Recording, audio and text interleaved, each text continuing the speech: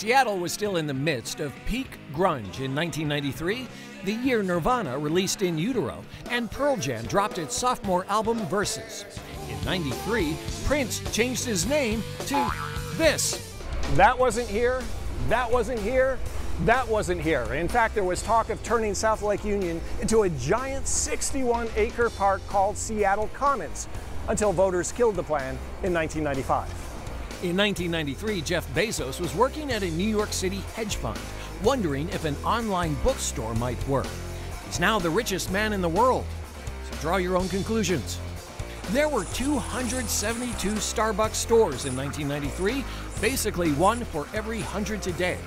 Microsoft began selling an ergonomic mouse for $80, while Boeing began production on the new 777. The Seattle Supersonics, Seahawks, and Mariners all played home games inside the Kingdome.